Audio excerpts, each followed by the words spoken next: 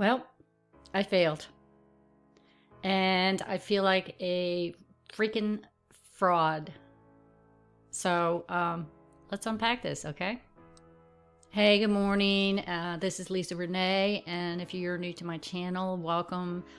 Please subscribe. Hit that like button for me. So we are here on the Lisa Renee project. And I had told myself what I was going to do and what changes I was going to make, and it was going to be for good. And guess what? About 2 weeks in, I had huge emotional breakthroughs. I think that I started unpacking why I am the way I am, why I start, why I stop, why I can't be consistent with anything I do. And it all came back to a childhood trauma, and it was only reinforced over the years by my choices. So let's take a look at that.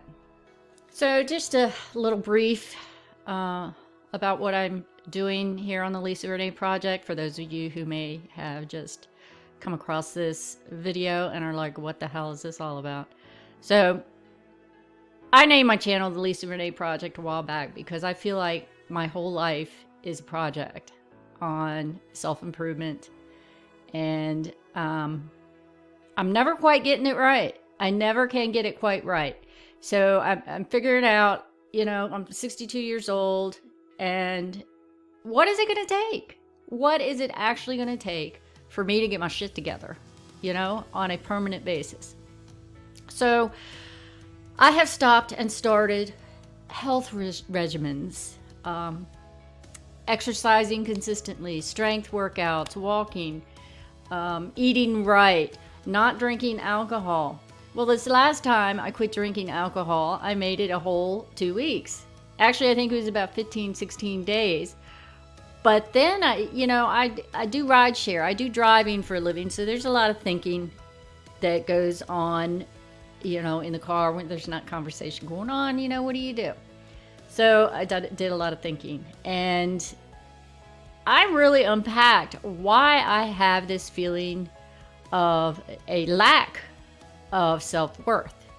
And I always thought, well, I know I'm worthy. I'm able to, recognize my value and worth on this planet.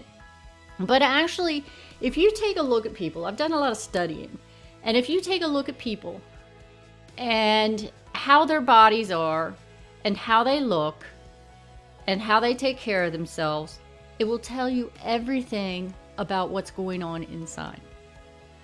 So I've been a skinny fat most of my life.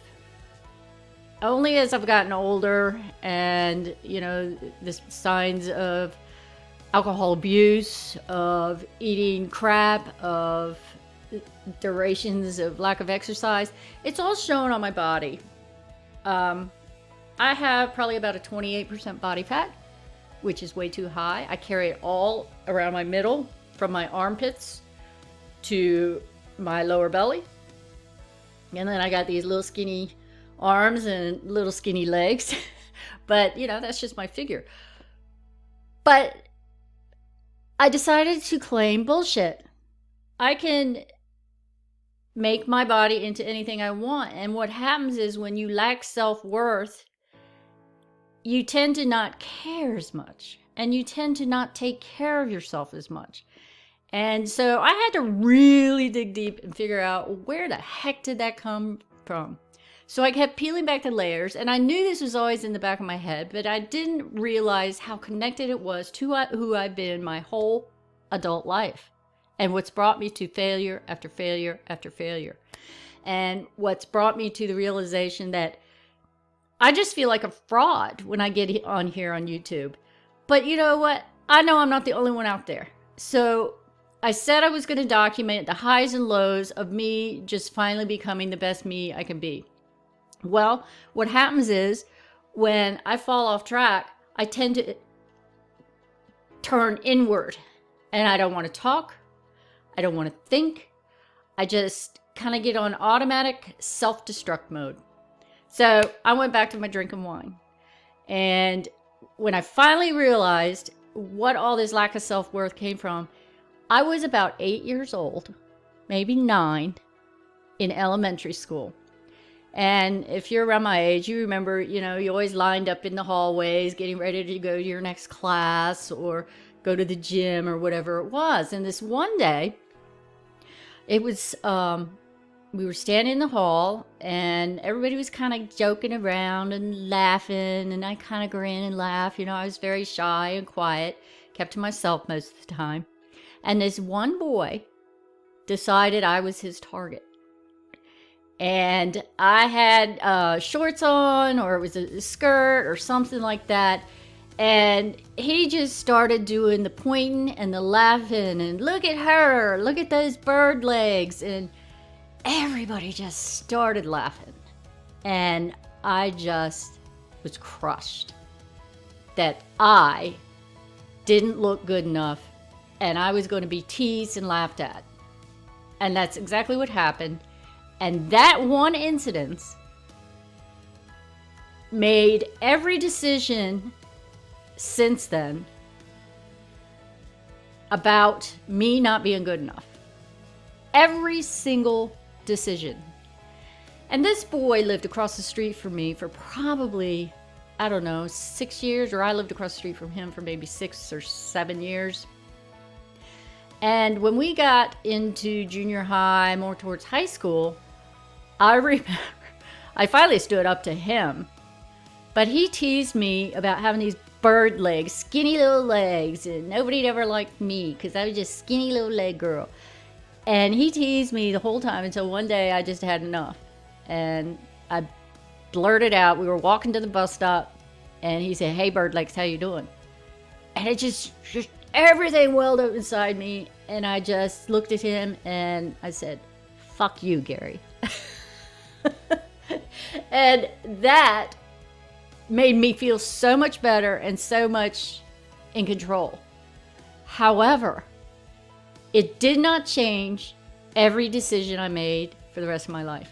Everything was about my lack of self-worth. So, now that I have learned that, you know what I did? I started doing a little self-therapy. I even went to ChatGPT and I use Claude AI a lot. And I just asked the question, what did I say?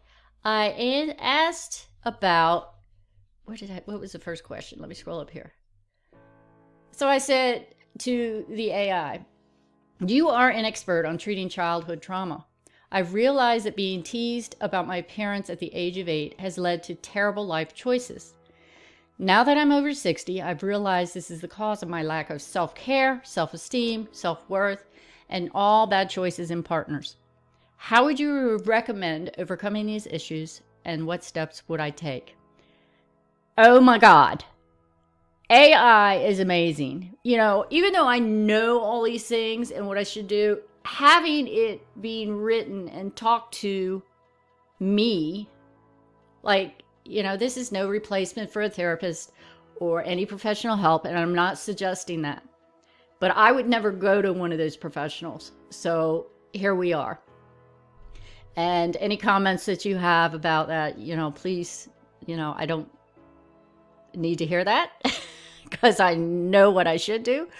Not going to do it. So I unpacked this, and Claude came up with so many different things. It, of course, suggested step 1, professional support. And then self-compassion practice, and gave different steps for doing that. Understanding the relationship patterns that I've always had. And it continued to ask me questions about what was going on.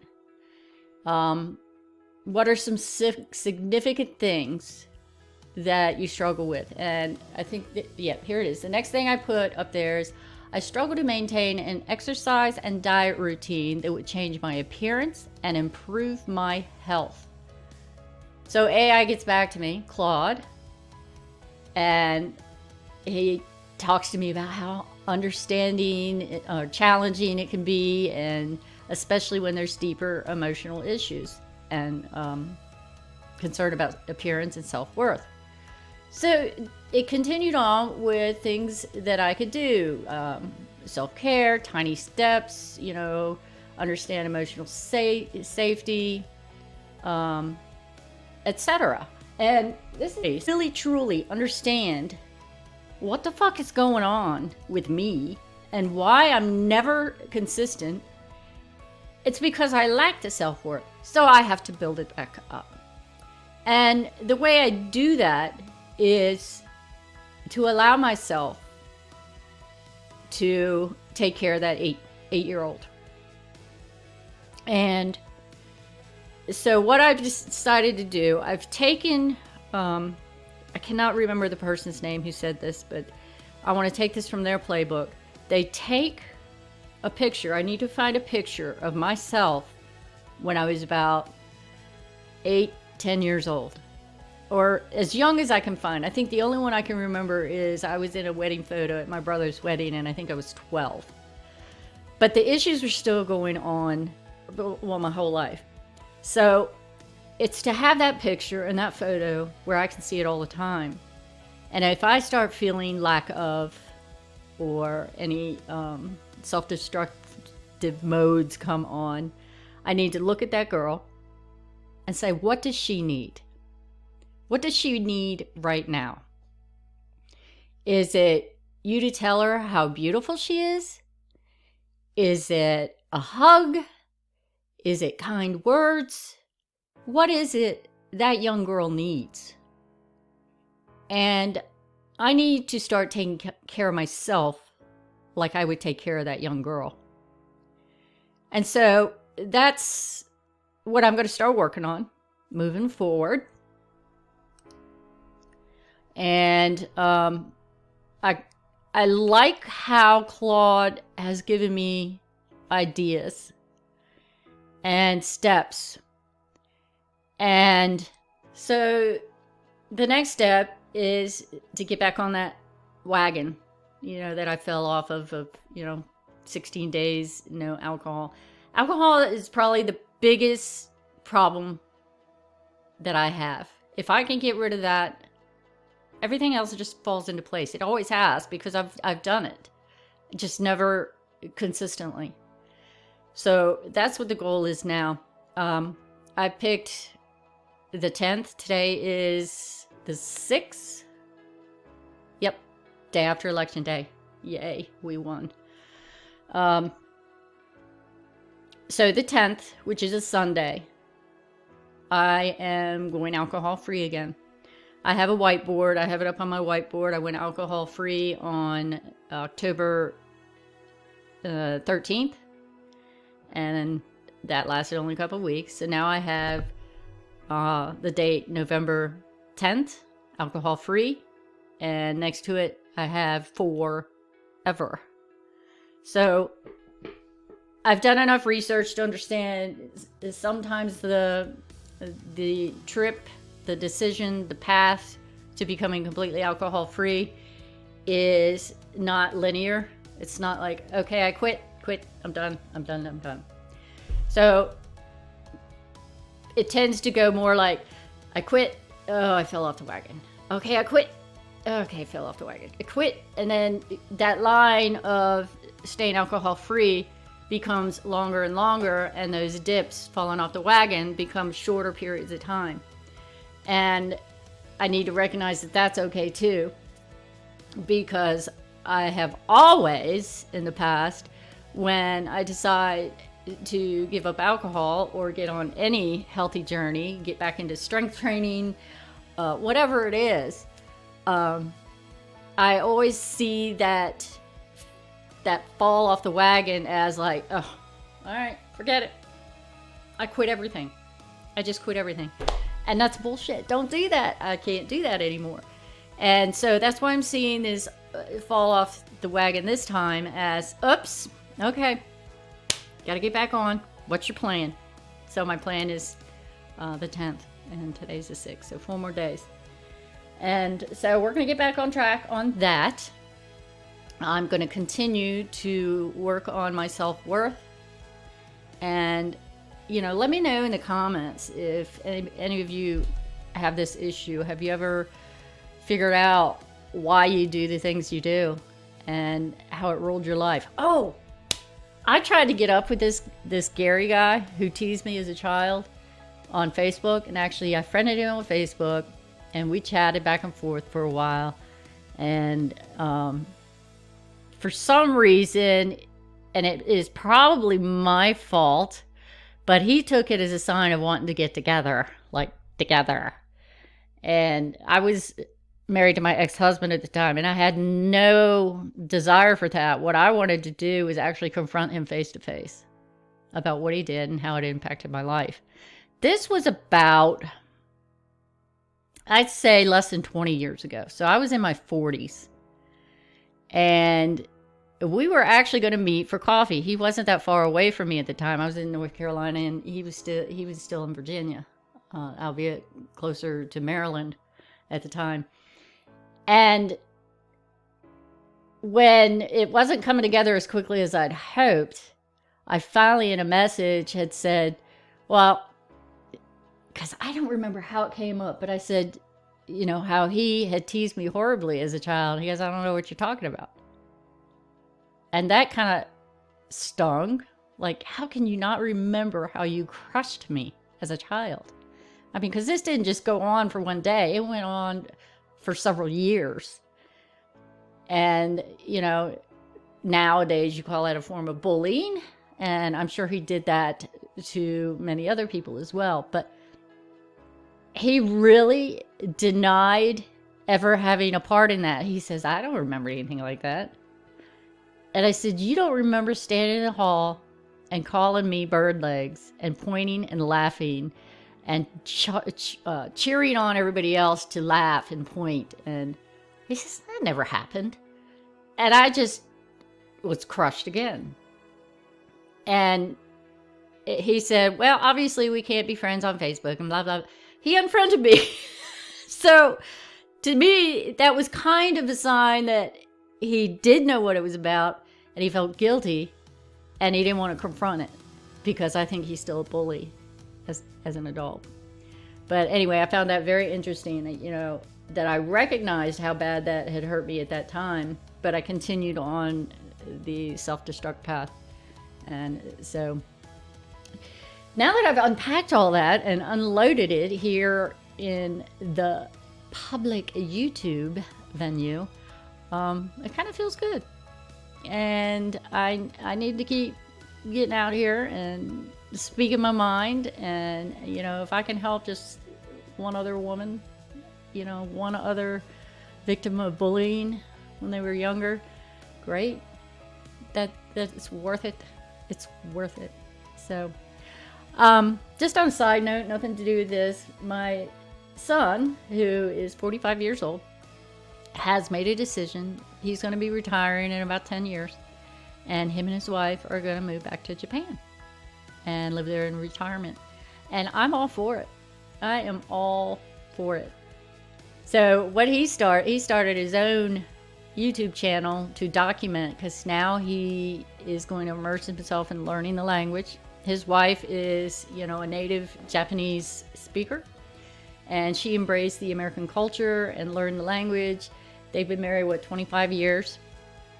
And he's ready. He's ready. So he's step by step going over how he's learning the language, like learning your ABCs in elementary school here in the U.S. And I'm just amazed that, he's going to do this. I really believe in him, and I hope it goes well for him. So anyway, that's all I'm going to ramble on about for now. Anybody who's stuck with me this long, thank you so much for listening, and please subscribe, give me a thumbs up. We're going to do a lot. I am, going to get back into videoing and sharing it all with you. And we're just going to work step by step on healing, regaining self-worth, in the meantime, self-discipline, creating the physique we want and the health we need, especially, in my 60s now. So, all right, everybody, as usual, I do love each and every one of you. And just know, if you're out there and you've ever been bullied, I'm sending you all my love and a big hug. All right. Have a good day.